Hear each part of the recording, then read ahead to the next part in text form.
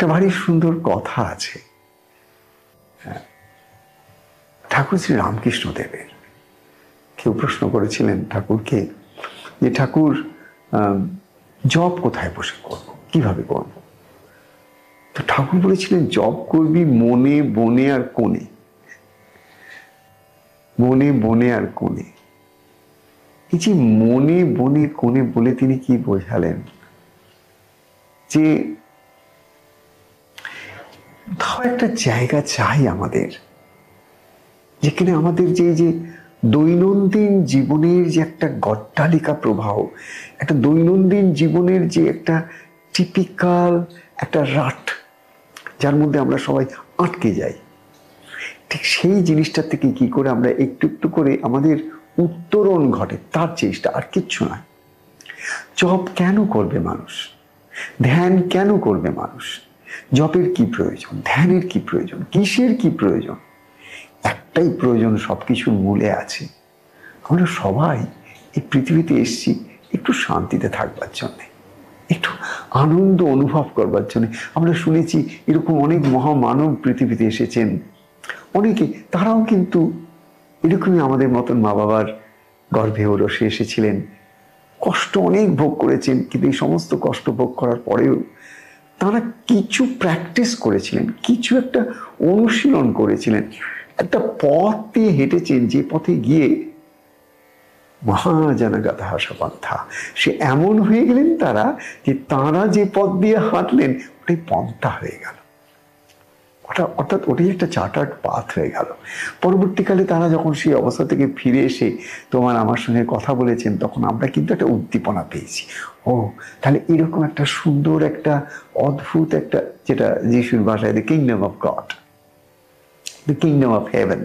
তো এই কথা, এই যে কিংডম মানে একটা এমন একটা রাজ্য আছে, সেটা কোথায়? সে রাজ্যটা আমার মনে, সে রাজ্যটা আমাদের মনে। কি রাজ্য সেটা?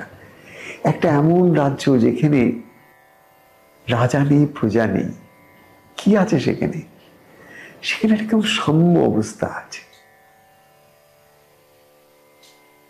যেন নিজের গতিতে সেখানে সবকিছু চলছে। আরে নিজের গতিতে চলা সবকিছুর মধ্যেই যেন একটা কি অদ্ভুত একটা এমন একটা উপস্থিতি আছে, যেটাকে আমরা বলি প্রেসেন্স। সেই উপস্থিতিটা কি? আমারই গভীরে, আমারই মধ্যে, আমারই গভীরে লুকিয়ে থাকা আমার একটা বৃহৎ আমি আছে। আমি একটা ছোট্ট ক্ষুদ্র স্বার্থ কাতর, স্বার্থ কেন্দ্রিক আমি আমি আমার আমার করে একটা জীবন কাটিয়েছি বা কাটাচ্ছি, অনেকে কাটায়। উদ্দেশ্য আমাদের একটাই, যে এই স্বার্থ কেন্দ্রিকতার মধ্যে এইভাবে কেবল আমি আমার চিন্তা করতে করতে আমরা যারা জীবন কাটিয়েছি, তারা সত্যি সত্যি কেউ যদি ওরকম ভাবে ফিরে এসে বলতে পারতেন ওই জীবনটাকে লিড করার পরে 60 বছর বয়সে, যে দেখো আমি এইভাবে জীবনটা চললাম, কি আনন্দ, কি আনন্দ, কি খুশি, কি অদ্ভুত life, what a beautiful life. সেটা কিন্তু কেউ বলেনি। সবাই এই পথে চলতে, মানে স্বার্থ কেন্দ্রিকতার পথে, মানে খালি নেব নেব নেব দেবো না, এটাকে আমি বলছি আর কি। যারা যারা দেয়ার টেকার্স, তারা নিতে শিখেছে, সকলের কাছ থেকে নিতে শিখেছে। সকলে যদি নাও দেয়, নানান রকম পলিটিক্স করে, নানান রকম করে কন্ট্রোল করে, তারা কিন্তু চেষ্টা করেছে কি? তারা চেষ্টা করেছে একটা, কিভাবে তারা তাদের স্বার্থটা পূরণ করবে। এই যে মানুষগুলো একটা পথ দিয়ে হেঁটেছে, তারা, এই মানুষগুলো যদি তোমায় ফিরে এসে কিছু বলে, তুমি কিন্তু ফিল করতে পারবে যে না, এর মধ্যে সারবত্তা কিছু নেই, এর থেকে আমার খুব একটা কিছু নেবার নেই।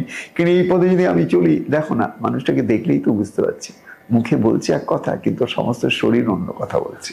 ওর মুখের মধ্যে কোথায় সেই কান্তি, ওর মুখের মধ্যে কোথায় সেই আনন্দ, ওর চোখের মধ্যে কোথায় সেই পবিত্রতা, কোথায়? কিছু তো দেখতে পাচ্ছি না, এত একটা ফগ।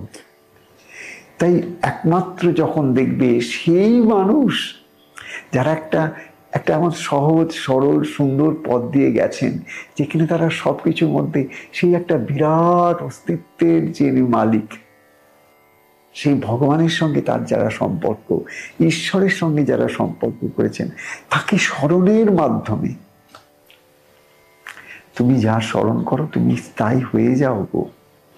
দেখবে যখন তুমি নেগেটিভ চিন্তাগুলো করতে থাকো তখন কিন্তু তুমিই যেন নেগেটিভ হয়ে যাও, মানে তোমার সমস্ত শরীর মন প্রাণ সব কিরকম নেগেটিভিটিতে ভরে যায়, মানে তোমার এনার্জিটা পুরো একটা একটা বিশৃঙ্খলার এনার্জি, তার মধ্যে এতটুকু সুখ নেই, শান্তি নেই, আনন্দ নেই। আবার তুমি সে একই মানুষ, তোমার সে একই মন, একই শরীর, কোনোভাবেই যদি তুমি একটা পজিটিভ মানুষের সংস্পর্শে আসো বা একটা পজিটিভ চিন্তনের মধ্যে কোনো রকম ভাবে নিজেকে খুঁজে পাও, অদ্ভুত ভাবে দেখবে যে তুমি ভেতরে ভেতরে কেমন একটা আনন্দের খোঁজ পাচ্ছ। তখন তোমার খুব একটা বাইরে যেতে ইচ্ছে করবে না। ইন্দ্রিয় তৃপ্তির জন্য, ইন্দ্রিয় সুখের জন্য যেগুলো আমরা চতুর্দিকে বাইরে ঘুরে ঘুরে ছটপট করতে করতে করতে থাকি, সেগুলো প্রয়োজন বোধও ফুরিয়ে যাবে। কেন? যখন তোমার ভেতরে শান্তি তখন তুমি আর বাইরে শান্তি খোঁজো না। যখন তোমার ভেতরে সুখ তখন তুমি বাইরে আর লোকের দেওয়া সুখ তুমি খোঁজো না। যখন তোমার ভেতরে একটা স্থিতি তখন এই অস্থির সংসারের মধ্যে নিজেকে আর এত সহজে কিন্তু সমর্পণ করে দাও না।